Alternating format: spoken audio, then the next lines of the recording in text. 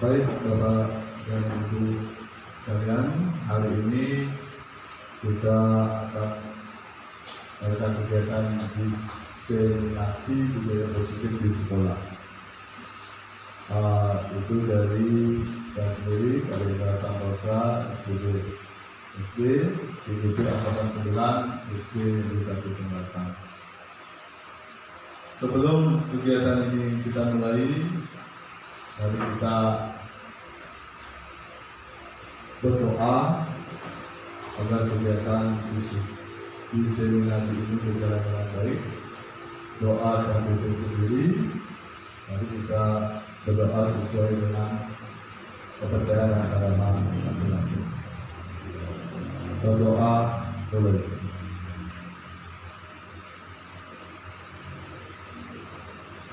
Berdoa selesai. Terima kasih atas kesempatan dan kehadiran Bapak Ibu untuk kegiatan ini. Sebelum kita mulai, mari kita membuat kesepakatan kelas istilahnya, kesepakatan belajar sebelum kegiatan ini berlangsung agar kegiatan ini berjalan dengan lancar dan tertib. Nanti Bapak Ibu bisa menamakan kesepakatan yang membuat ini, apakah kita sepakati ini. Yang pertama, semua memiliki kesempatan untuk berpendapat. Dan yang kedua, jika ada satu yang berbicara, maka peserta yang lain mendengarkan. 3, berpendapat setelah dipersilakan. Yang keempat, berpartisipasi penuh dan gembira. 5, bila akan meninggalkan ruangan, agar meminta izin. 6, HP di mode silent. Ya, dari ke-6 kesepakatan ini, di mana Bapak Ibu apakah ada yang ditambahkan agar kegiatan ini berjalan dengan baik? Apa ada yang ditambahkan? Sudah disepakati? Iya, baik. Karena sudah disepakati, dan cek HP-nya bisa hilang. Baik, kita lanjutkan ke acara berikutnya, yaitu berikutnya. Ya, Bapak Ibu, kita sebelum mengajari, mari kita speaking sebentar. Ya, itu gambar apa? Nasi sirapan, ya, yang nasi saya goreng. Kemudian ada soal seperti ini. Harga total ayam bakar dan nasi adalah 21.000. Jika harga ayam bakar 15.000 lebih mahal daripada nasi, berapa harga nasi? Ya, coba pikirkan. Ya udah orek. Ya. Mahal ya nasinya 21. Harga total ayam bakar dan nasi 21.000. Berapa? 6.000. Ayamnya lebih mahal daripada. Jadi jawabannya berapa? Jadi 6.000. Ya, ada jawaban. Nasinya berapa kilo ini kan? 1 kilo kan? Enggak. Totalnya 21.000 ya, ayam sama nasi. Sedangkan harga ayam bakar 15.000 lebih mahal dari ayam nasi. Berapa harga nasi? Itu Berapa? apa? Ada 6.000. Ada 6.000. Tapi nasinya lebih mahal daripada nasi. Mahal nasi. Ya mahal nasi.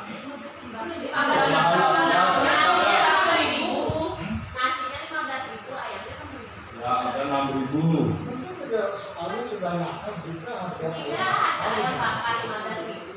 Lebih mahal dari nasi. Berapa harga nasi?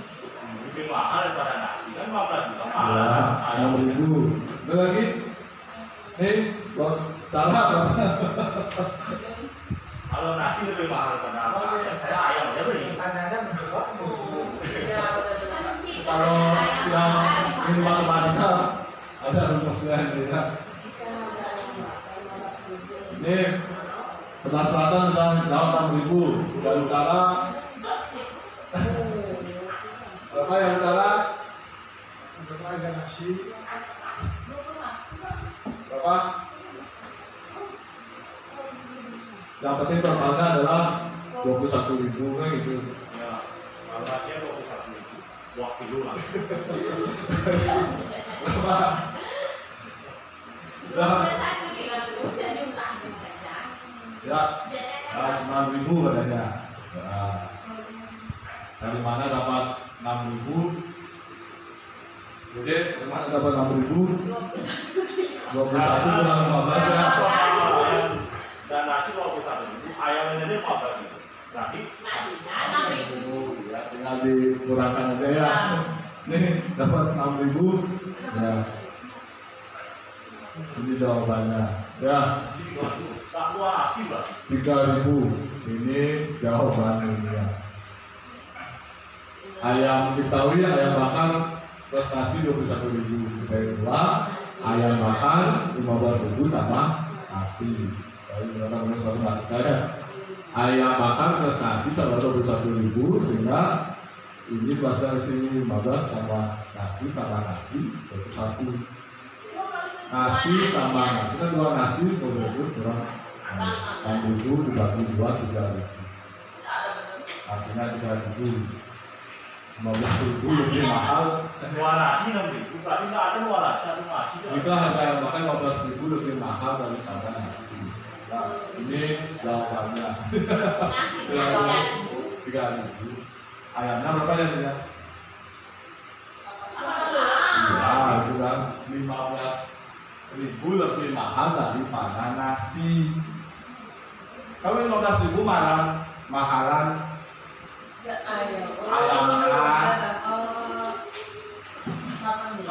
sudah temu. Ini 3.000 nasinya. 3.000 nasinya. Berarti harga ayamnya berapa? 18.000. Berarti 15.000 lebih mahal daripada ini. Karena ayamnya kan kita terjebak di 15.000. Sedangkan ayamnya adalah 14.000. Kan jika harga ayam bakar 15.000 lebih mahal, benar 18.000. Harga itu maksudnya kita terjebak di ini ya, terjebak di harga ayam. Kita kira harga ayamnya 15.000, padahal 15.000 adalah lebih mahal. Ya, yang sekali nih. Apa itu merah dan baunya seperti cat biru? Ikan apa yang lucu? Nah, itu buat pokoknya nih. Dua di kantong, kantong.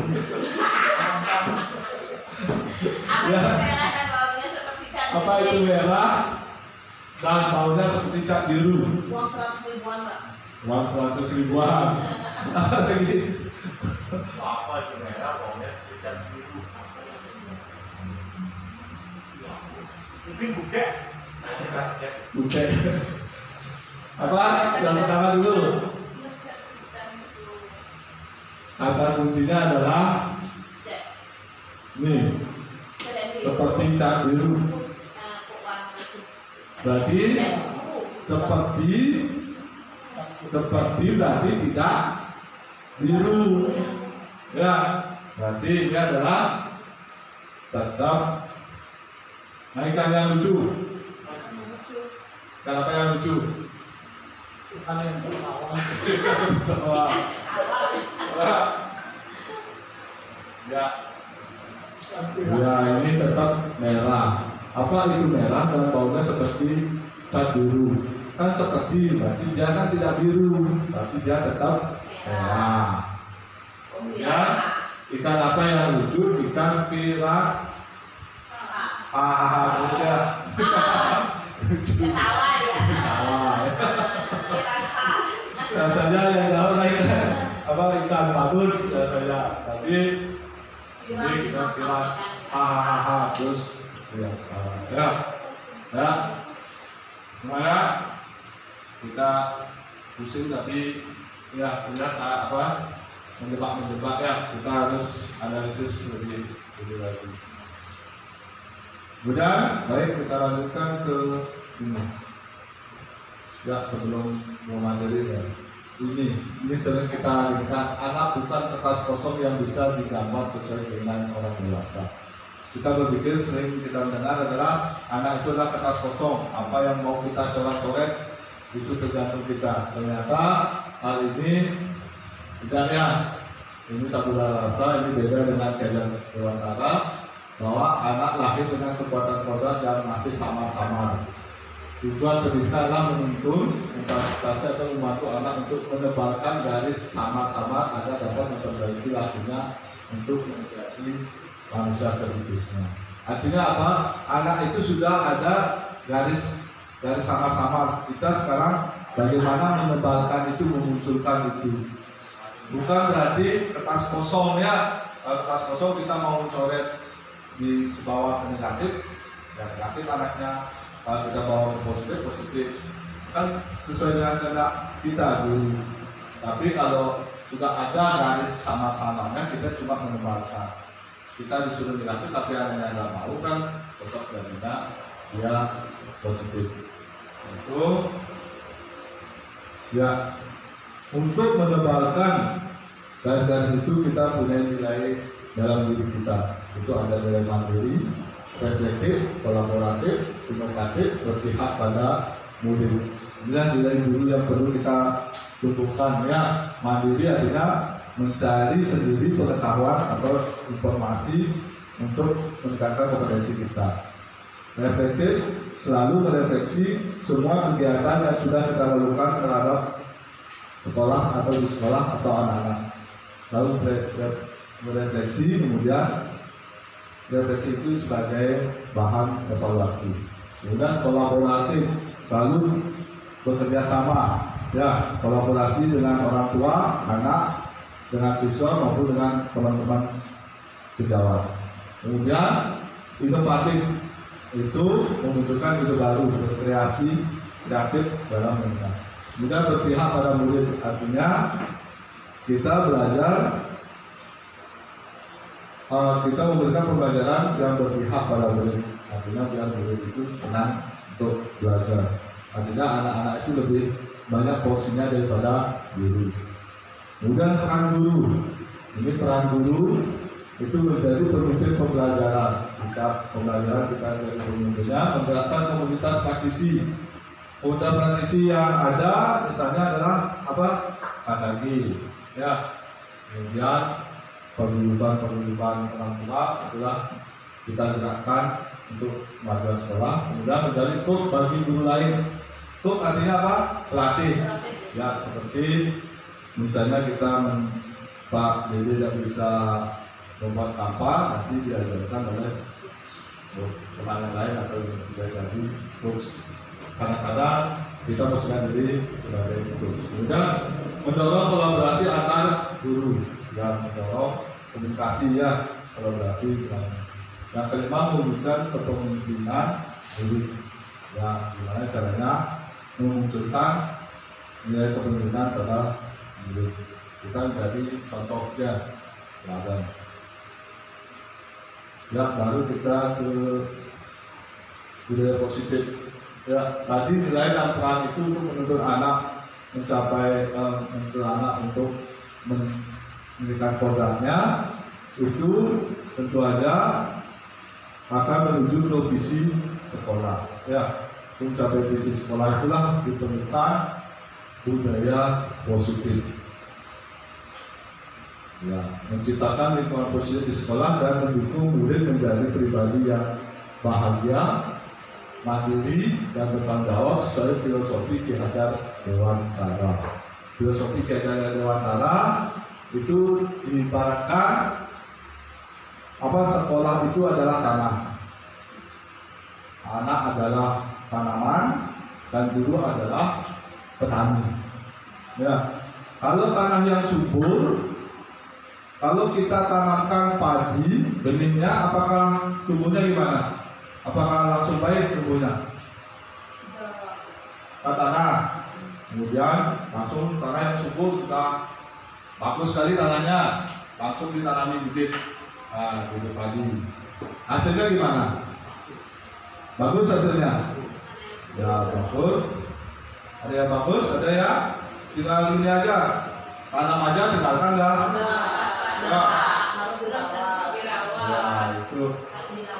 Kan hasilnya ini. Kemudian kalau kita sebagai petani, ada tanah subur, kemudian ada bibitnya ini kita tanam, kemudian kita pelihara, kita siram, kita ini, hasilnya pasti bagus karena kita menuntut untuk ini. Kalau kita langsung tanam di tanah yang subur tidak dihiraukan, ada rumput yang liar, nanti tumbuhnya ada rumputnya yang luar daripada padinya kan itu.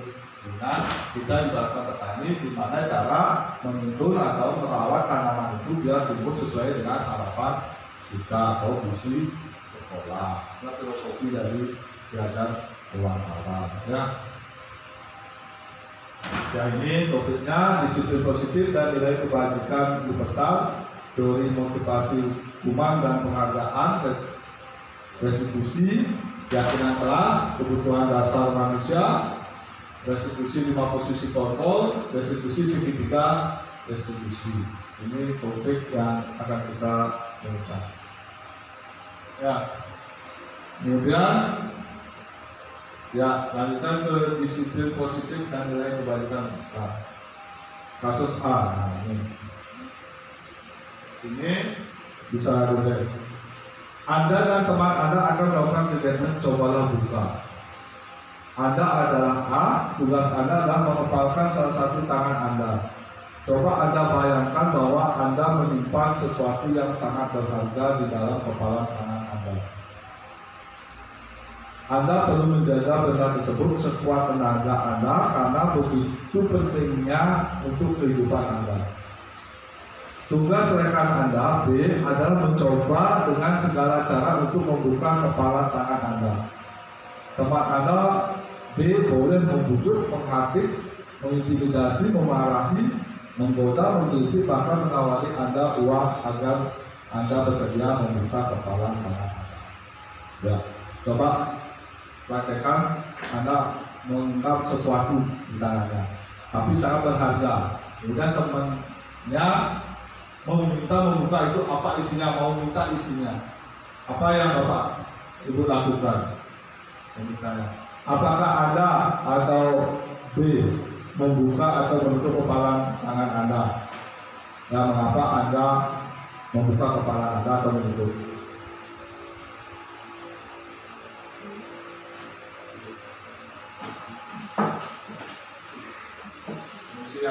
Ya, silakan dulu Pak.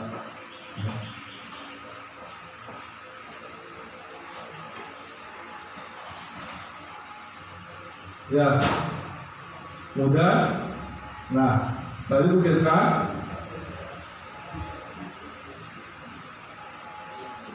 apakah Bapak Ibu akan bunyinya apa namanya? Akan membukanya apa tidak? Tidak. Ya, tidak. Kenapa? Harus ada alasannya ya. Kenapa? Ya. Ya, Karena barang ini sangat berharga dan tidak boleh ada yang tahu. ya, sangat berharga dan tidak boleh ada yang tahu. Udah? Ada yang mau membukanya? Dengan apa? Percaya Papa mau membuka, pasti ada apanya? Pasti ada imbalannya. Ya, imbalannya syarat. Saya mau membuka, tapi harus ada syaratnya. Ya, saya mau kasih ya itu. Tapi ini. Kemudian kegiatan ini sebetulnya siapa yang memegang kendali atau kontrol membuka dan menutup kepala tangan itu? Ya, kita sendiri ya. Nah, ini kemungkinan jawabannya. kemungkinan jawaban kita terhadap pertanyaan-pertanyaan pertama dan kedua bervariasi antara bersedia membuka dan ada yang tetap bertahan menutup kepala tangannya. Ya, tadi kan ada yang mau tutup karena ini sangat berharga bagi saya. Tapi ada yang mau buka tapi harus memenuhi syaratnya, harus bayar segini, harus gini. Ya, itu tergantung dari kita. Nah, yang ketiga jawabannya tentu kita sendiri yang memegang kontrol atas kepala tangan kita. Apakah kita membuka atau menutup kepala tangan kita, itu tergantung pada diri kita masing-masing sesuai dengan kebutuhan dasar kita saat itu. Ya, bila ini saya akan buka, tolong diwali ini untuk kebutuhan. Ya, itu artinya kita itu tidak bisa diinginkan oleh orang lain. Ya, kita harus punya pendirian sendiri. Ya, ini Dr. William Glasser dalam kontrol teori meluruskan miskonsepsi tentang makna kontrol. Inisiasi guru mengontrol murid. Pada dasarnya, kita tidak dapat memaksa murid untuk berbuat sesuatu jikalau murid tersebut memilih untuk tidak melakukannya. Walaupun tampaknya guru sedang mengontrol perilaku murid, hal demikian terjadi karena murid sedang mengizinkan dirinya dikontrol.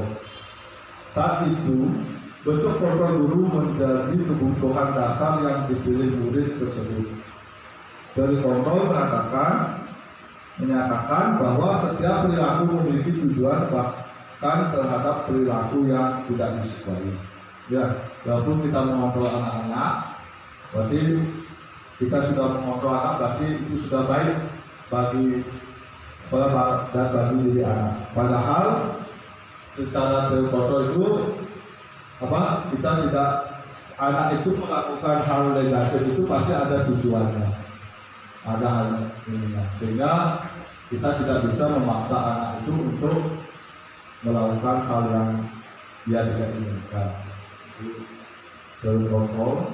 Kemudian Stephen Harvey, Principle Centered Leadership 1991, dalam kutipannya itu, bila kita ingin membuat kemajuan perlahan, sedikit demi sedikit, ubahlah sikap atau perilaku Anda.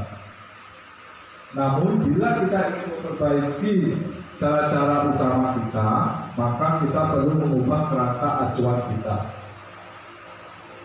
Ubahlah bagaimana Anda melihat dunia, bagaimana Anda berpikir tentang manusia. Ubahlah paradigma Anda, skema pemahaman dan berdasarkan aspek-aspek tertentu tentang realitas. Ya, ini dalam Stephen Harvey ini, bila kita ingin ubah sedikit-sedikit, ubahlah sikap dan perilaku kita. Jadi perilaku yang selama ini sudah nyaman di sana, kita ubah sedikit-sedikit. Kemudian bila kita ingin merubah cara-cara utama kita, ubahlah tujuan atau kerangka acuan kita. Ya, itu kalau sedikit kita ubah dunia aja. Kemudian ini stimulus respon, itu ada realitas kebutuhan kita sama, itu stimulus responnya. Teori kontrolnya ada realitas kita berbeda. Ya, kita maka kebutuhan kita sama di sekolah, ternyata secara teori adalah kita berbeda. Semua orang melihat hal yang sama. Setiap orang memiliki gambaran yang berbeda. Stimulus responan kita sama pandangannya, ternyata gambaran kita berbeda-beda. Kita mencoba mengubah orang agar berpandangan sama dengan kita. Teorinya kita berusaha memahami pandangan orang lain tentang dunia. Ya. Kemudian stimulus respon, perilaku buruk dilihat sebagai suatu kesalahan. Sebuah perilaku memiliki tujuan. Ya, kenapa dia berbuat seperti itu? Pasti ada tujuannya. Kemudian orang lain bisa mengontrol saya. Hanya Anda yang bisa mengontrol diri Anda. Ya, kemudian saya bisa mengontrol orang lain, Anda tidak bisa mengontrol orang lain. Ya. Kemudian pemaksaan ada pada saat rujukan gagal, kolaborasi dan konsensus menciptakan pihak baru. Mode berpikir menang atau kalah, mode berpikir menang itu secara dari pokok.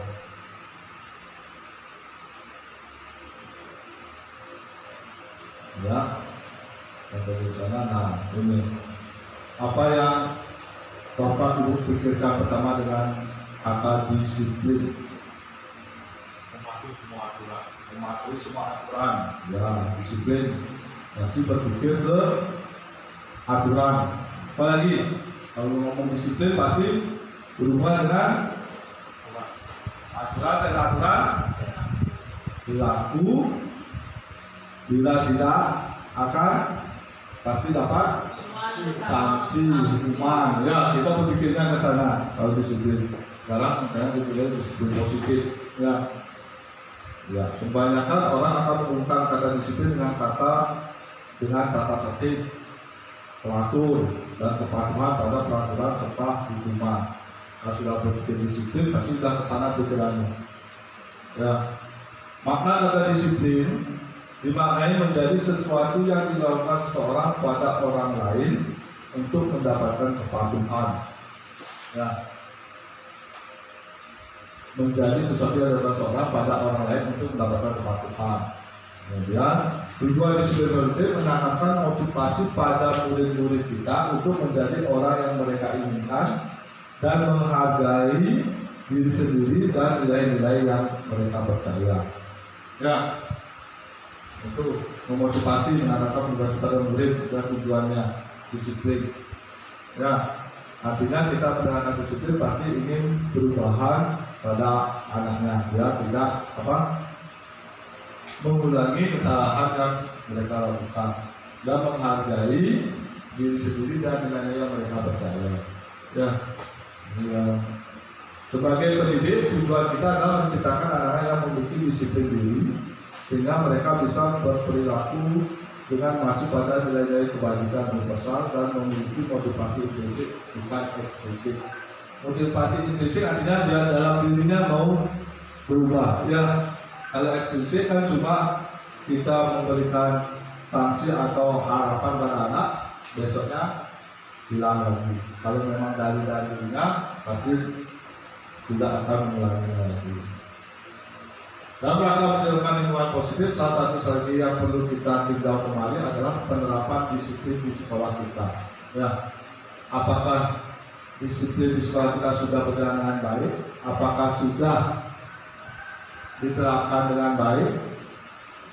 Ya, itu tergantung dari kita gimana caranya untuk agar hal itu Nah, nilai-nilai kebajikan universal inilah yang perlu kita temukan di sekolah. Ya, nilai-nilai kebajikan adalah sifat-sifat positif manusia yang merupakan tujuan mulia yang ingin dicapai setiap individu. Ya, nilai-nilai kebajikan itu sifat-sifat positif manusia yang seperti profil pada Pancasila itu beriman, bertakwa kepada Tuhan yang Maha Esa dan berakhlak mulia, mandiri.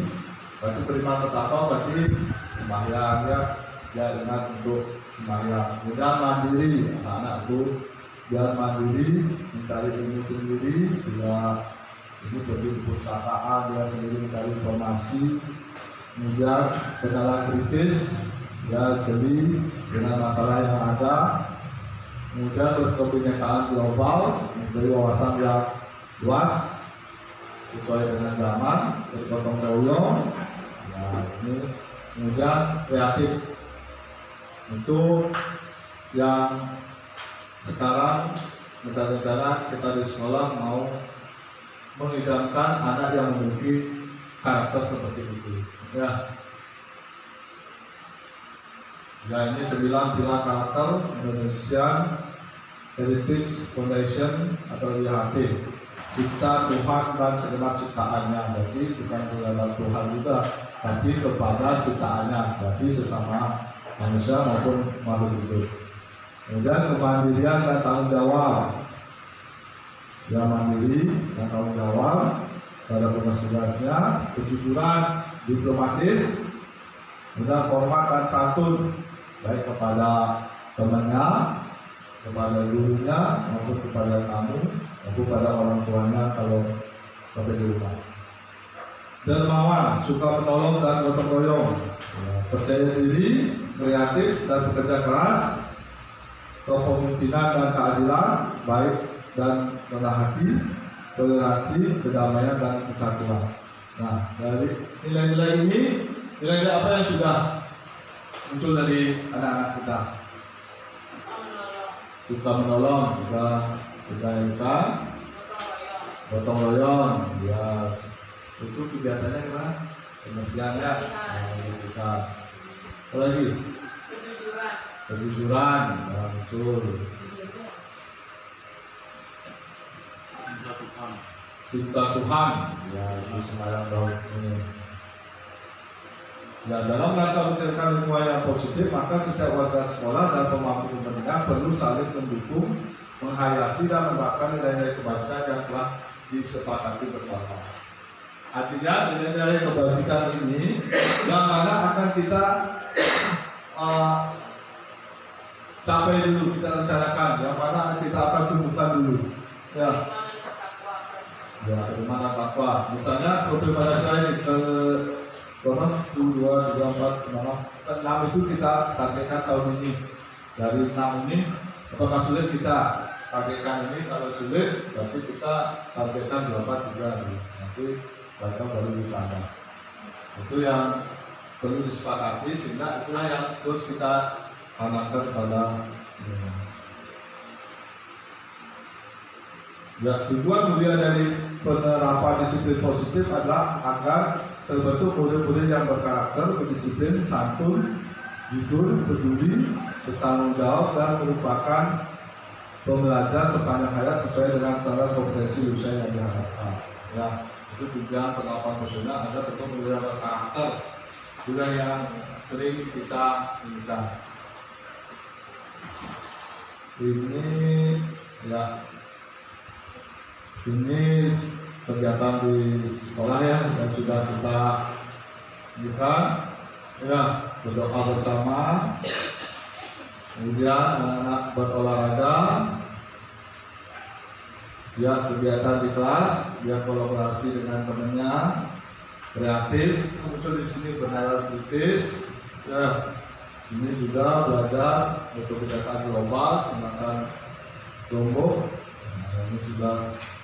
Ya ini ya bergotong royong ya, kemudian ya ini saudara kritis ya presentasi anaknya ya, berdoa sebelum pelajaran dimulai. Nah ini juga belajar, nah ini juga kegiatan penanaman kebersihan sekolah ya, mengambil sampah ya, ini bersihkan. Nah, ini apa tadi sopan satu salam ya, salam kepada guru, dan nah itu dari sekian itu kan sudah banyak yang sudah kita terapkan di sekolah ya.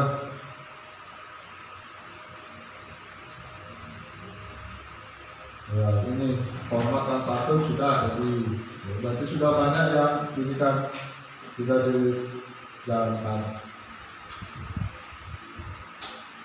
Ya ini teori motivasi, hukuman, penghargaan dan restitusi. Adalah ini hal yang perlu kita cermati bersama, karena ini yang saling bergulat dengan kehidupan kita di sekolah dengan siswa. Biar pandangan kita itu apakah sudah sesuai dengan filosofi yang ada antara apa tidak. Nanti materi ini pasti Bapak Ibu bisa menilai dirinya. Dia ini dosen dalam bukunya Restructuring School Discipline mengatakan ada 3 motivasi perilaku manusia, yaitu untuk menghindari ketidaknyamanan atau hukuman, untuk mendapatkan imbalan atau penghargaan dari orang lain, untuk menjadi orang yang mereka inginkan, dan menghargai diri sendiri dengan nilai-nilai yang mereka percaya. Ini 3 motivasi perilaku manusia. Ini yang memotivasi kita atau manusia untuk mau melakukan sesuatu. Ya, itu untuk menghindari ketidaknyamanan atau hukuman. Pernahkah kita melakukan sesuatu untuk menghindari hukuman? Nah, pasti dia, pasti kita pernah melakukan ini untuk menghindari hukuman. Sebenarnya apa? Membawa ID card atau SIM agar terhindar dari hukuman polisi saat mobilitas langsung. Ya, berarti kita misalnya Kalau kemudian bawa bawa SIM, kalau udah bawa SIM, karena kita mau ditilang, kita harus bawa SIM, sehingga kita mau mencari SIM. Ya, itu berarti SIM itu bukan karena gini, karena kita takut kena tilang, itu istilahnya. Ya, akan bertanya apa yang akan terjadi apabila saya tidak melakukannya. Nah, ini sering kita temukan ya pada anak-anaknya, nggak mau sampah, dan suruh mau sampah nggak mau. Udah dia bertanya apa yang terjadi bila saya tidak mau sampah. Ya, itu. Ya, foto setelah kita kasih tahu baru adanya mau apa. Sebenarnya mereka sedang menghindari permasalahan yang mungkin muncul. Motivasi itu eksternal, berarti motivasi eksternal berarti tidak bertahan lama ya dari luar. Mudah untuk mendapatkan imbalan atau penghargaan dari orang lain, akan bertanya apa yang akan saya dapatkan apabila saya melakukannya.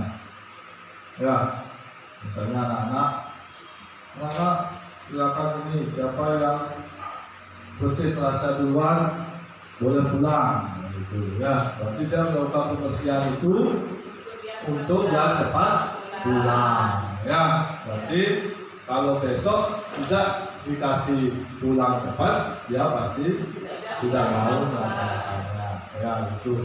Mereka melakukan sebuah tindakan untuk mendapatkan pujian dari orang lain yang menurut mereka penting dan mereka letakkan dalam dunia berkualitas mereka. Ya, motivasinya masih bersifat eksternal. Itu benar imbalan. Artinya tidak bertahan lama. Tidak hal itu yang dilakukan. Yang ini untuk menjadi orang yang mereka inginkan dan menghargai diri sendiri dengan nilai-nilai yang mereka percaya. Itu akan bertanya akan menjadi orang yang seperti apa bila saya melakukannya. Ya. Mereka melakukan sesuatu karena nilai-nilai yang mereka yakini dan hargai, dan mereka melakukannya karena mereka ingin menjadi orang yang melakukan nilai-nilai yang mereka yakini tersebut. Dan ini motivasinya bersifat internal. Ya, artinya gimana contohnya ini? Misalnya anak-anak setiap pagi kita suruh olahraga, senam, anak-anak. Saya akan menjadi orang yang seperti apa bila saya melakukannya? Senam, berarti dia sehat. Dia yakin bahwa dengan senam itu, dengan berolahraga itu akan sehat, sehingga dia mau melakukan terus menerus. Bila kita tidak melaksanakan itu, dia pasti tanya, Pak, tidak senam, Ibu tidak senam hari ini. Berarti artinya dia sudah meyakini bahwa hal itu baik untuk dirinya, sehingga dia pasti akan melakukan hal tersebut. Ya, kalau masih eksternal, dia besoknya tidak ada laksanakan. Ya, berarti belum meyakini bahwa hal itu baik menurut mereka. Berarti kita di sini punya siswa 150, apakah semuanya seperti itu? Ya, kita beda ya. Ini ada yang sudah cepat, bisa dia meyakini bahwa hal itu baik. Ada yang masih dipengaruhi oleh temannya bahwa hal itu tidak baik. Ya, itu penghargaan, ya, hukuman dan penghargaan. Sebelum ke sini, ya, hukuman dan penghargaan. Ya, ini kalau kita pikirkan apa namanya, hampir sama ya, hukuman. Kalau penghargaan lebih konotasinya ke positif ya, positif ada, senang gitu penghargaan. Tapi kalau hukuman adalah negatif, karena pasti berhubungan dengan sanksi. tapi efeknya itu sama ya. Ya, hukuman itu bersifat tidak terencana atau tiba-tiba. Anak atau murid tidak tahu apa yang akan terjadi dan tidak dilibatkan. Kalau kita hukuman itu kan, kalau datang terlambat langsung kita dia tidak tahu. Saya kalau terlambat akan dikasih hukuman apa, apakah dihukum apa enggak, kan masih tidak tahu anak. Setelah ini kamu terlambat, sekarang bapak hukum, masih tanya dia, saya dihukum apa sekarang? Kemudian hukuman bersifat satu arah dari pihak guru yang memberikan dan kemudian anak menerima suatu hukuman tanpa melalui suatu kesepakatan atau pengarahan dari pihak guru baik sebelum atau sesudahnya. Ya, tidak ada ini hukuman kalau terlambat anak-anak pembersihan atau lari 2 kali lapangan. Ada kita kasih tahu seperti itu, tidak ada kesepakatan kalau guru. Hukuman yang diberikan bisa berupa fisik maupun psikis. Murid atau anak disakiti oleh suatu perbuatan atau kata-kata. Ya, ingat anak itu bisa tersakiti atau kurang menit bukan karena fisik aja, tapi kata-kata bikin dia juga kurang nyaman. Ya, kalau konsekuensi itu bentuk konsekuensi sudah direncana dan sudah disepakati, sudah dibahas dan disetujui oleh murid dan guru. Konsekuensinya, kalau anak-anak besok terlambat 3 kali, nanti anak-anak membersihkan WC, kan itu misalnya. Kalau anak mendapatkan nilai yang bagus selama semester ini, dan mereka akan dapat es krim, itu ada, kita sudah sepakat dengan anak. Umumnya bentuk-bentuk konsekuensi dibuat oleh pihak guru ke sekolah dan murid sudah mengetahui sebelumnya. Konsekuensinya yang akan diterima tidak ada pelanggaran. Pada konsekuensi murid tetap dibuat tidak nyaman untuk jangka waktu pendek. Nanti dia tidak rasa was-was ya, karena dia ada terlambat pasti saya pasti suruh ini. Jadi dia sudah ini. Konsekuensinya biasa diberikan berdasarkan suatu data yang umumnya dapat diukur. Misalnya setelah 3 kali tugasnya tidak diselesaikan pada batas waktu yang diberikan, atau murid melakukan kegiatan di luar kegiatan pembelajaran, misalnya mengobrol, maka guru tersebut akan kehilangan waktu lain dan harus menyelesaikan tugas karena ketertinggalannya. Dan misalnya 3 kali tidak mengerjakan PR, dia pasti tidak dikasih mengasuh atau istirahat dan disuruh menyelesaikan tugasnya. Jika guru di sini senantiasa memonitor murid. Ya, konsekuensi lebih lembut, tapi sebenarnya sama. Efeknya kepada murid membuat murid tidak nyaman, tapi lebih adem gitu ya. Dia sudah tahu, saya sudah 3 kali tanpa kita ngomong, dia sudah ini. Ini juga sering misalnya pernah kita gini, anak-anak buat PR disuruh push up 5 kali. Besok dia tidak kuat, dia langsung berapa kali push up kan gitu. Berarti dia sudah tahu kalau tidak buat PR dia push up. Efeknya itu karena push up 5 kali itu ringan bagi dia, dia lagi mengulangi perbuatannya push up itu. Kalau push up itu berat, pasti dia tidak akan mengulangi kesalahannya.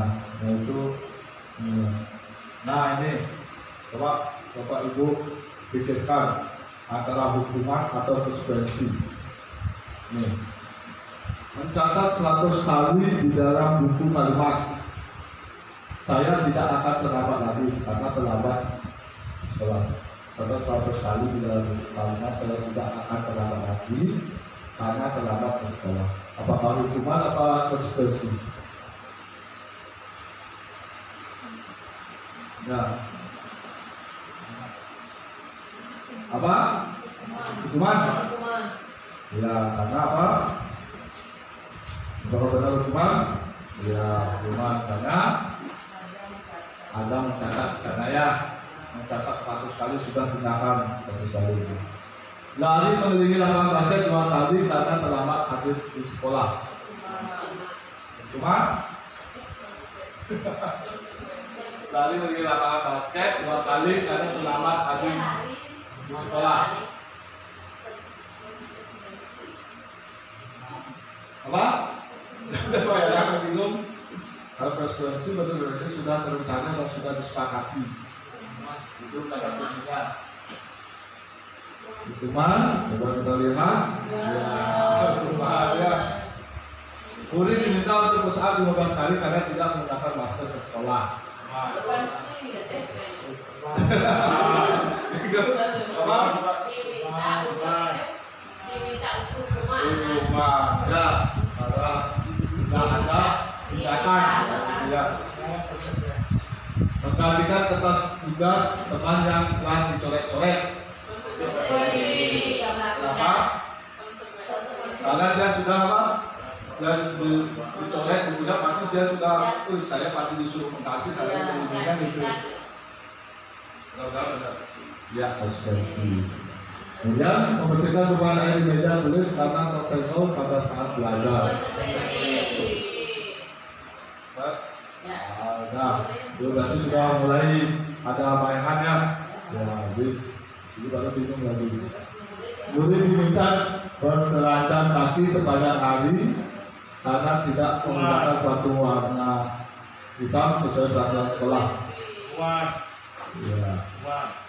Hukuman tak jadi hukuman. Kenapa ini? Karena itu disuruh menggunakan hukum. Hukuman ya. Karena sudah apa? Tidak menggunakan ini langsung dieksekusi. Dia tidak tahu bahwa kalau saya sekarang pakai sepatu warna mungkin itu banyak tidak sesuai dengan ini, saya disuruh apa kan? Kita langsung disuruh pasang.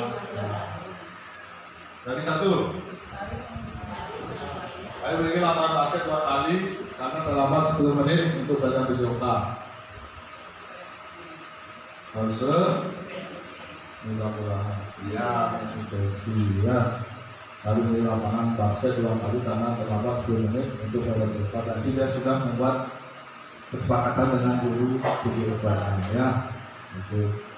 Berarti sudah ada bayangan antara hukuman dan konsekuensi ya. Kata kuncinya adalah hukuman itu bersifat tiba-tiba, tidak terencana.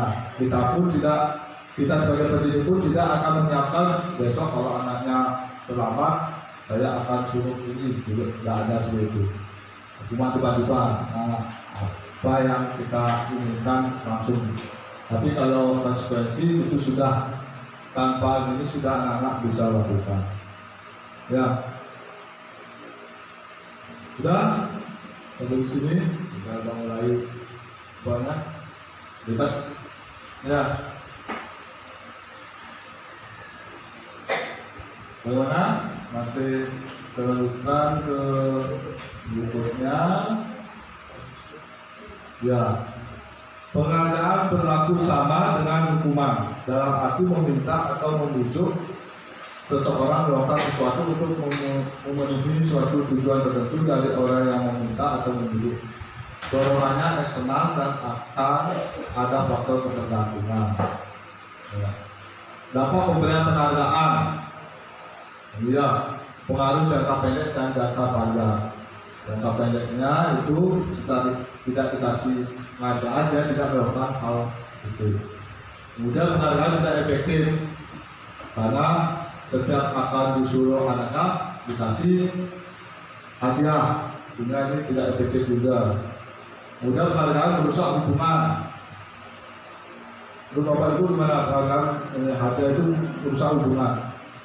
Pernah kita mengalami, misalnya dalam apa kegiatan kita kasih hadiah 5, sedangkan pesertanya 10 atau ini lebih bagus ada ini kan jadi dia berusaha hubungan dari bertekad dengan temannya darinya.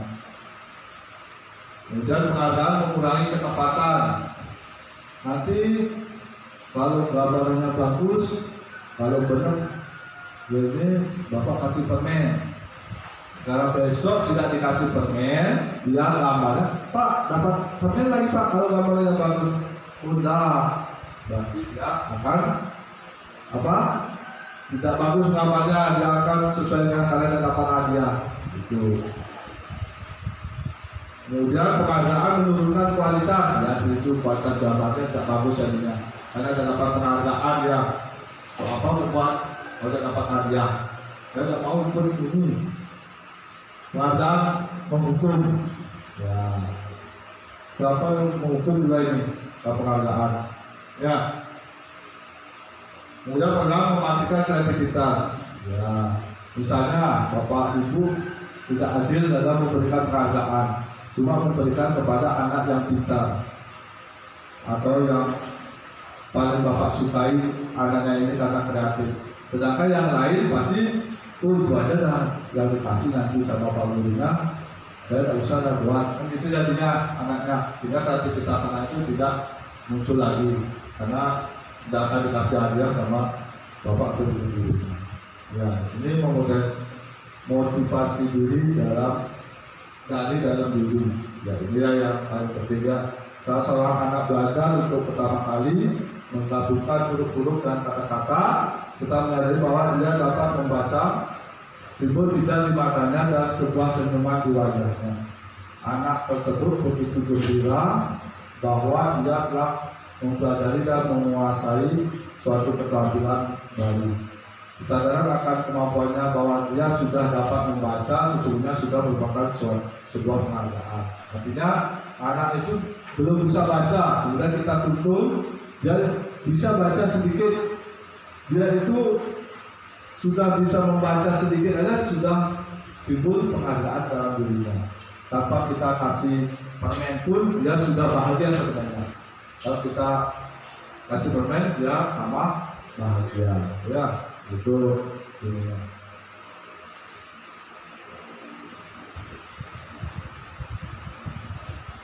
Ya, lanjutkan ke restitusi.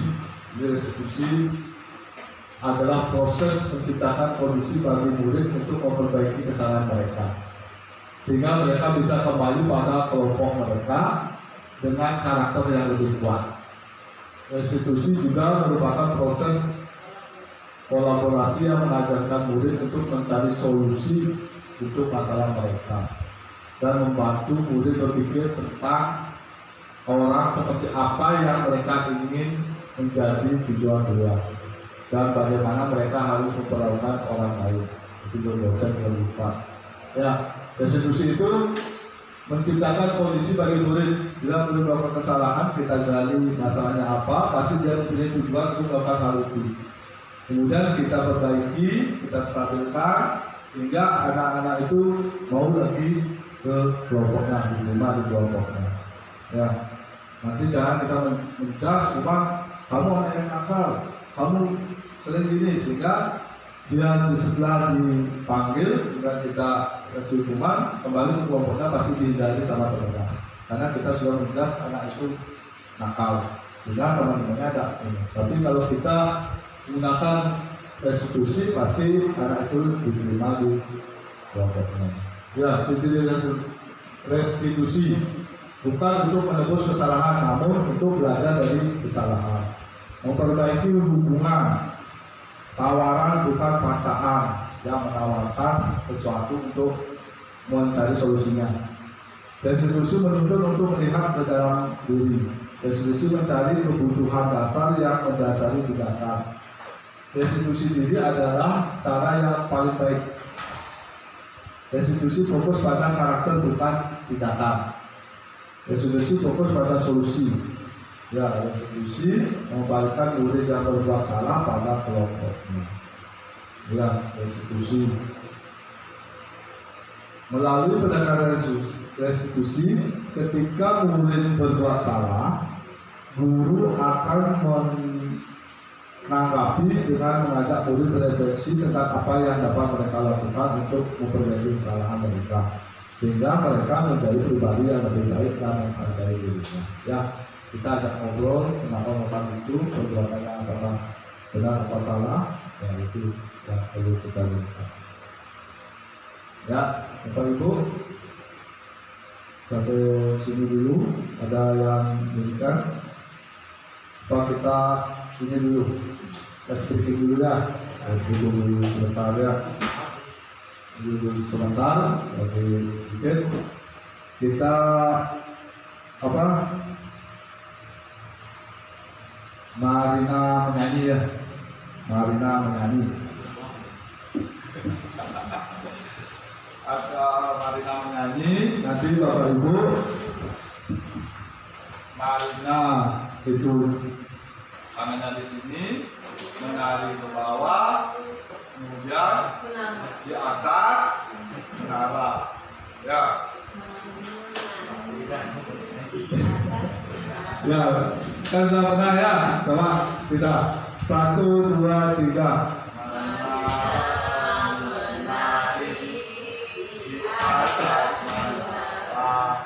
Marina menari mengatas menara, menara menari di atas menara. Ya, sudah cepat 1, 2, 3. Marina menari di atas menara, menara Marina menari di atas menara. Kalau di atas, jangan dulu dia di atas. Ya, itu sudah. Lanjutkan lagi ya. Mungkin kita ya keyakinan keras. Ini yang perlu kita lakukan di kelas. Tadi kan hukuman, peraturan, disiplin kita belum peraturan kelas. Dulunya kita sekarang diajak untuk membuat keyakinan kelas. Nanti kita bisa bermanfaatkan di kelas itu semua membuat keyakinan kelas. Perbedaannya peraturan kelas dibuat disusun oleh satu pihak yaitu guru tanpa adanya konsekuensi bersama, sehingga reward atau punishment yang diterima merupakan satu arah sebagai imbas dari aturan yang dilakukan oleh guru. Yaitu aturan kelasnya kita yang buat. Kalau tidak boleh mengusahakan ini, kalau terlambat tidak boleh masuk kelas, yaitu kita bilang. Tapi kalau keyakinan kelas merupakan hasil diskusi mufakat bersama apa saja yang menjadi aturan yang dituangkan, poin apa saja yang dimasukkan ke dalam keyakinan kelas yang dibuat, serta apa konsekuensi yang diterima jika kita melaksanakan atau melanggar keyakinan tersebut. Ya, itu keyakinan kelas. Contohnya ini, biar lingkungan kelas bersih, berarti peraturannya anak-anak piket jam 7 kelasnya. Tapi kalau keyakinan kelas itu nilai kebajikannya yang kita inginkan bergotong royong menjaga kebersihan kelas. Tapi kan beda, yaitu jam 7 harus datang piket. Tapi kalau keyakinan ini, ya ini coba nilai kebajikan apa yang ini? Kalau peraturan ini, kembalikan barang ke tempatnya. Kira-kira nilai kebajikan apa?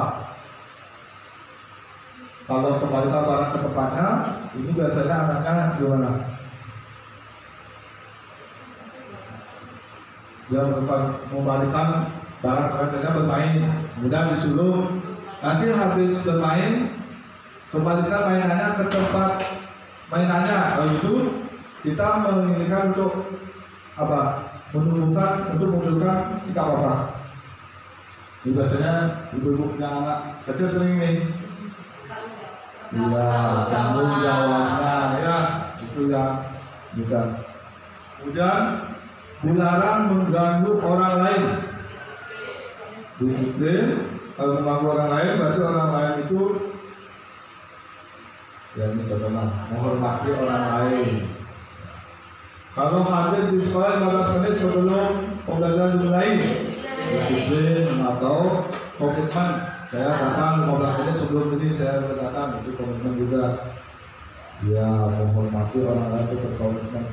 Dilarang melakukan kekerasan.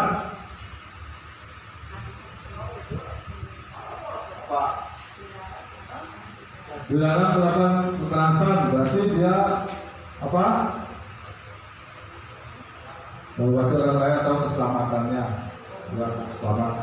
Kemudian dilarang menggunakan narkoba. Narkoba itu gimana dampaknya pada diri? Ya bahaya kesehatan dan keselamatan. ya kesehatan dan narkoba. Bergantian atau menunggu giliran. Kalau orang menunggu giliran gimana? Sabar.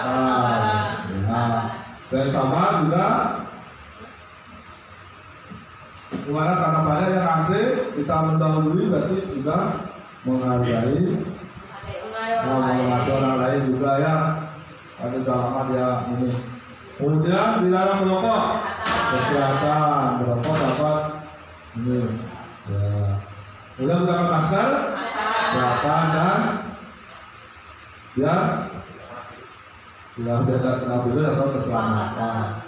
Berjalan di kelas dan koridor. Di koridor kelasnya berjalan. Jalan ini berarti dia keselamatan. Ya, keamanan dan keselamatan. Misalnya jalan di sebelah kiri. Kenapa dari sebelah kanan? Ya itu keyakinan kelas. Ya, kebutuhan dasar manusia. Kalau kita kebutuhan dasar manusia adalah kebutuhan dasar manusia bertahan hidup, kasih sayang dan rasa diterima, kebebasan, kesenangan dan kekuasaan. Inilah yang menyebabkan anak-anak itu berbuat negatif. Ya, karena kebutuhan dasar ini yang belum kebutuhan bersifat fisiologis itu bertahan hidup, misalnya kesehatan. Maka misalnya bila anak berkata lapar, orang tuanya tidak membawakan bekal makan siang, berarti kebutuhan bertahan hidupnya tidak terpenuhi. Kemudian budaya yang disayangi atau diterima, kebutuhan akan hubungan atau koneksi sosial, kebutuhan untuk memberi dan menerima kasih sayang, dan kebutuhan untuk merasa menjadi bagian dari sebuah kelompok. Ini kebutuhan akan kemandirian atau kebebasan. Misalnya dia tidak mau menggambar, disuruh menggunakan bahasa Indonesia, dia menggambar. Jadi kebutuhan kebebasannya dia belajar itu terganggu, belum terpenuhi, sehingga dia tidak mau mengerjakan yang lain. Ya, penguasaan itu perlu adanya kebutuhan. Dia sudah bisa menjawab, tapi kita tidak tunjuk. Dia perlu menunjukkan kompetensinya. Ya, tapi kita tidak tunjuk, itu membuat anaknya kurang nyaman dalam belajar. Kemudian kesenangan, kebutuhan untuk mencari kesenangan, bermain dan tertawa. Ini yang karena dia tidak merasa senang, sehingga dia tidak mau belajar dengan baik. Inilah yang perlu kita gali, kebutuhan apa yang anak itu yang tidak terpenuhi. Yang tugas kita pendidik, inilah yang jadi nah ini. Ibu guru bilang aku tidak boleh bersenandung sewaktu mengerjakan tugas. Katanya kelas harus tenang, tidak ada suara, kan nggak seru jadinya. Itu sering kan ibu karena ini ternyata kesenangannya hilang kalau kita bilang. Kalau ibu guru tidak menyapaku hari ini, padahal aku pakai jepit rambut baru. Kita harus ini ya, anak itu biasanya ya dia tidak rapi, sekarang rapi, pujilah dia. Berarti dia kasih sayang atau rasa diterima. Aku bosan masa pelajaran cuma gitu-gitu aja, dengerin ibu guru aja, kebebasannya kurang. Aku sebel, kamarku tidak rapi, malah ibu guru nunjukin ke teman-temanku di depan kelas.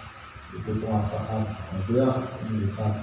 Ketika seorang guru melakukan suatu perbuatan yang bertentangan dengan nilai kebajikan atau melanggar peraturan, hal itu sebenarnya dikarenakan mereka gagal memenuhi kebutuhan dasar mereka, yang membuat mereka tidak sesuai dengan apa yang kita harapkan. Ya. Nah, 5 posisi kontrol, lihat lagi 2 ini. Berdasarkan pada dari kontrol Dr. William Wilson sudah ada 5 posisi kontrol yang diterapkan seorang guru, orang tua ataupun atasan dalam melakukan kontrol. Ini penghukum. Seorang penghukum bisa menggunakan hukum fisik atau verbal. Orang yang menggunakan posisi penghukum semisal mengatakan bahwa sekolah memerlukan sistem atau yang dapat lebih digunakan lebih dalam lagi. Patuhi aturan saya atau awas. Kamu selalu saja salah, itu sering kita gunakan kalau sebagai penghukum. Membuat rasa bersalah. Ini berapa kali Bapak harus memberitahu kamu ya, Ibu sangat kecewa sekali dengan kamu. Ya sering kita ucapkan kalau membuat rasa bersalah. Biasanya beberapa usaha tersebut membuat rasa bersalah akan menggunakan kehendak buat orang lain merasa tidak enakan. Ya, kemudian teman guru pada posisi ini akan menyakiti murid, namun akan tetap berupaya mengontrol murid melalui persuasi. Itu, ayo bantulah demi Bapak ya. Ayo ingat tidak bantuan, ayo ingat tidak bantuan Bapak selama ini ya. Itu sebagai teman. Memantau berarti mengawasi anak. Bantuannya apa? Apa yang telah kamu lakukan? Sanksi atau prosesnya apa? Nah, itu yang kalau pemantau. Kalau manajer dengan posisi di mana guru berbuat sesuatu bersama dengan murid, mempersilahkan murid mempertanggungjawabkan perilakunya. Apakah kamu meyakininya? Jika kamu yakinnya, apakah kamu bersedia memperbaikinya? Apa rencana kamu untuk memperbaiki hal ini? Nah itu. Ya, coba ini ada video contoh dirinya ya.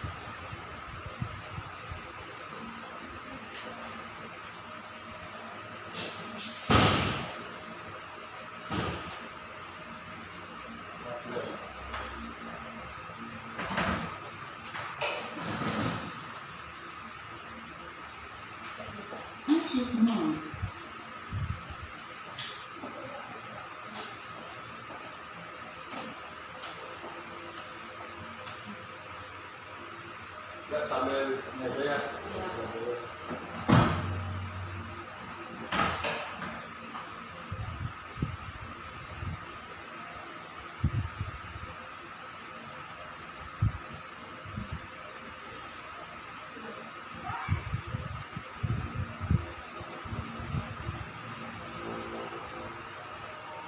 Yang atas.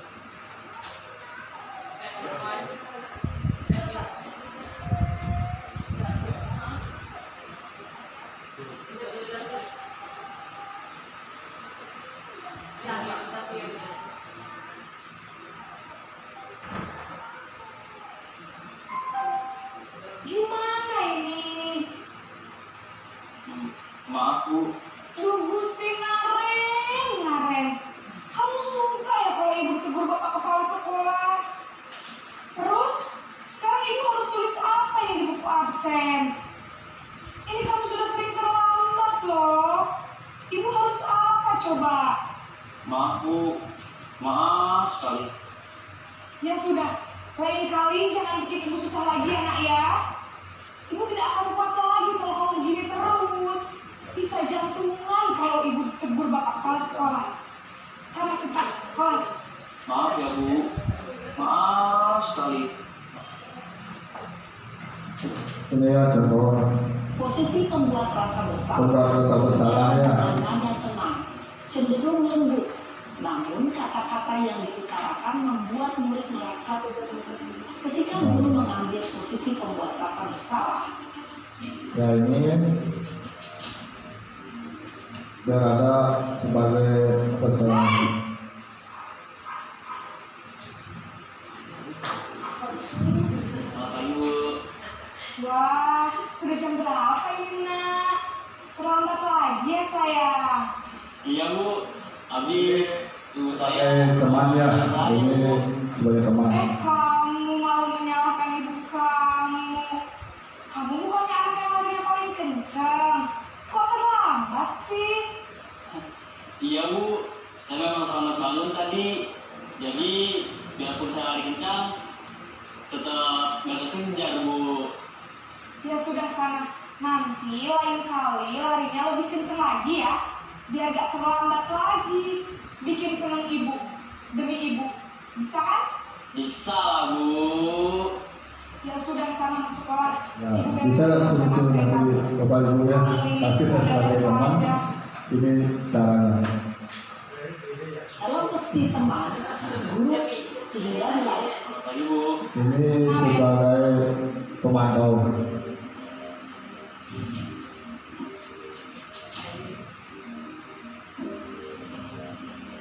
Naren!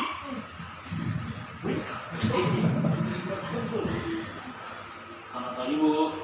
Naren, apa peraturan sekolah kita tentang jam berapa kita harus masuk sekolah, nak? Kita harus di sekolah jam 7 Bu.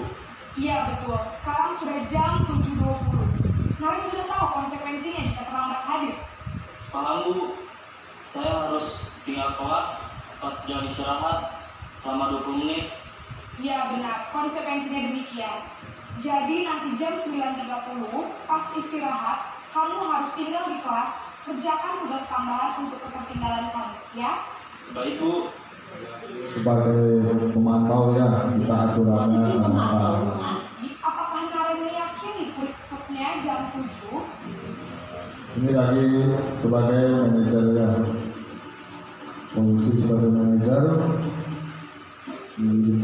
Kita sebagai guru harus jalankan sendiri.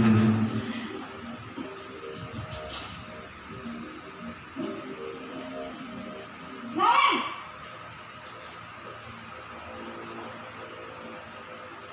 Selamat pagi Bu. Selamat pagi Naren.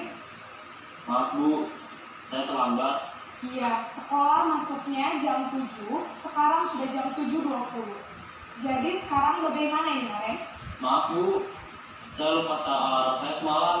Baiklah, menurut kamu, keyakinan sekolah yang mana yang perlu kamu tingkatkan? Menghargai diri sendiri dan orang lain mungkin ya Bu. Setuju. Jadi, apakah Naren meyakini prinsip saling menghormati tersebut? Iya Bu, saya meyakininya. Apakah Naren bersedia memperbaiki masalah keterlambatan ini? Bersedia Bu. Bagaimana kamu akan memperbaiki masalah keterlambatan ini? Saya akan coba untuk tidak lupa menyetel alarm saya Bu. Baik, kalau Naren lupa menyetel alarm di rumah, ada orang yang kira-kira bisa bantu mengingatkan tidak? terus dicari masalahnya ya, mudah cari solusinya. Selain Kak Emma, ada ibu saya. Baik, jadi yang mengingatkan kemarin adalah Kak Emma dan ibu kamu ya. Kira-kira akan mulai start alarm kapan kemarin? Setelah pulang sekolah, akan segera saya lakukan. Baik, jadi Naren akan setel alarm untuk bangun besok pagi dan akan diingatkan oleh kakak dan ibunda Naren ya. Ada lagi yang mungkin perlu dilakukan Naren? Agar tidak terlambat bangun lagi. Tidak ada, Bu. Baik Naren, terima kasih untuk kerjasama kamu. Sekarang kamu perlu kembali ke kelas untuk belajar. Baik, Bu. Terima kasih. Ya, Posisi manajer adalah itu Bapak Ibu.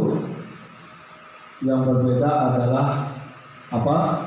Kita pertama lihat adalah cara memanggil anak itu, kan dari pemukul, merasa bersalah, ini terus dari lembut dan cara penyelesaiannya juga. Ya, udah jadinya setelah tahun ini, nah ini siapa yang mengatakan apakah sebagai pemukul, pembuat merasa bersalah, atau teman, atau pemantau, atau manajer. Saya kecewa sekali dengan kamu. Berarti guru sebagai saya kecewa sekali dengan kamu, merasa bersalah. Ya, kemudian kamu tidak pernah benar melakukannya. Ini baru pemukul.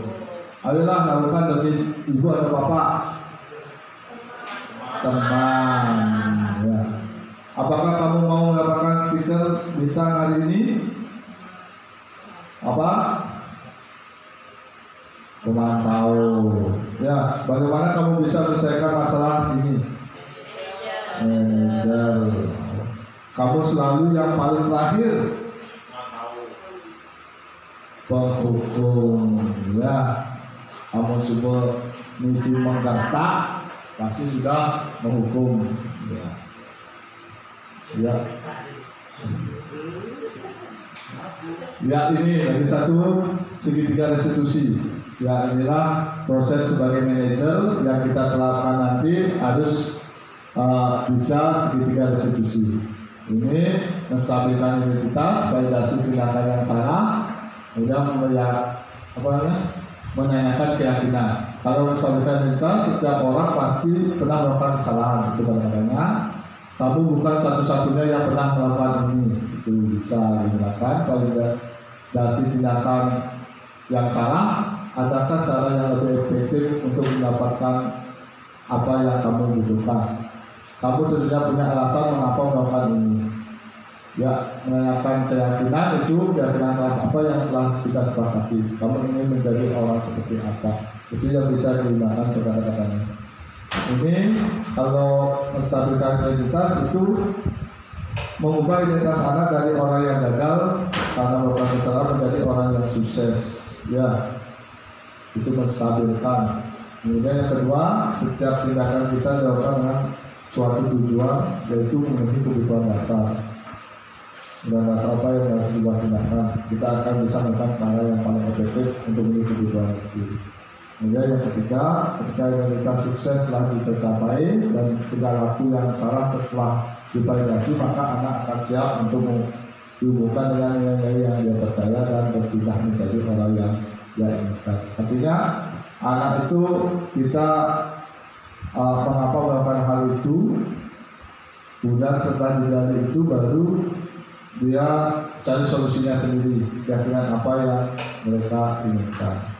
Ya, lagi satu kita lihat video yang sudah ini ya, ini contohnya. Teman, tahu nggak teman dipanggil kesini? Ya, kemarin kelas depan melakukan bahwa depan mengulang di ulang pada saat yang sama. Benar atau tidak? Apa juga melakukan menstabilkan identitas. Jadi maka kita selesaikan masalah ini bersama. Depan pasti punya alasan mengapa berkata di kelas.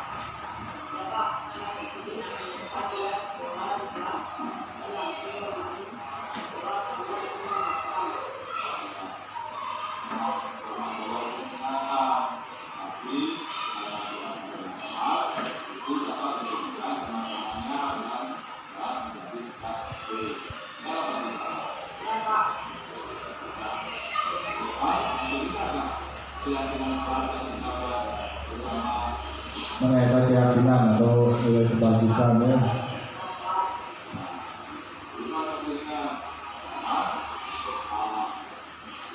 apakah Bapak sudah melaksanakan keyakinan kami? Belum, Pak. Karena apa yang sudah melakukan untuk melakukan keyakinan itu? Kita akan bermain bola lagi di kelas. Karena akan bermain bola di lapangan saat kita istirahat dan olahraga.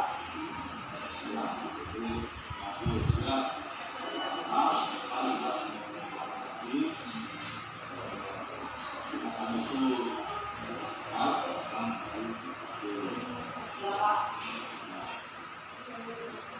Itu contohnya ya, kita gali dulu memang bukan bola menyenangkan tapi sudah mengganggu orang lain. Nah, itulah perlu kita hindari ya. Kemudian cari solusinya ya. Terima kasih, itu materi yang kita pelajari hari ini.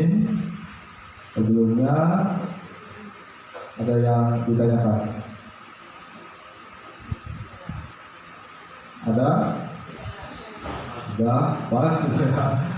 Yang jelas kita sebagai pendidik kita harus bisa memposisikan diri biar anak itu belajar dengan nyaman, aman, dan berkarakter sesuai dengan apa yang kita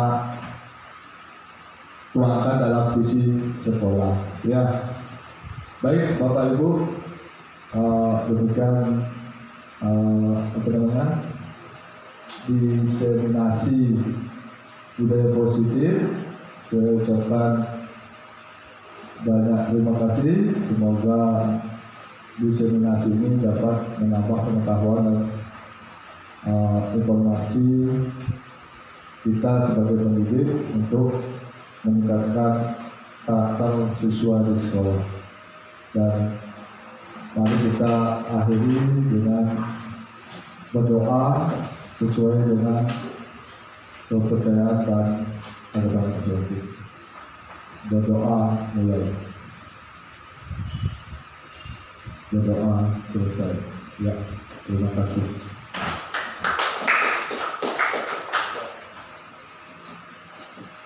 Ternyata habis berbeda macam. Bapak cuma 20 menit omongan.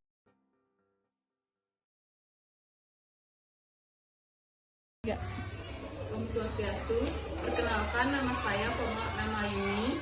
Saya bertugas di SD Negeri 1 Penglatan.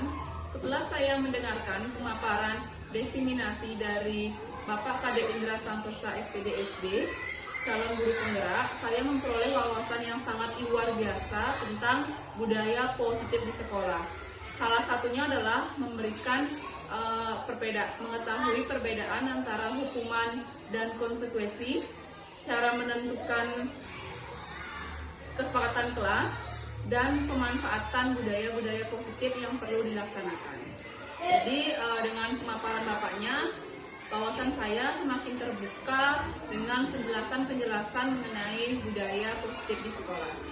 Terima kasih. Om Swastiastu, saya Karolina, rekan sejawat dari Bapak Kadek Indra Santosa, calon guru penggerak angkatan 9 dari SD Negeri 1 Penglatan.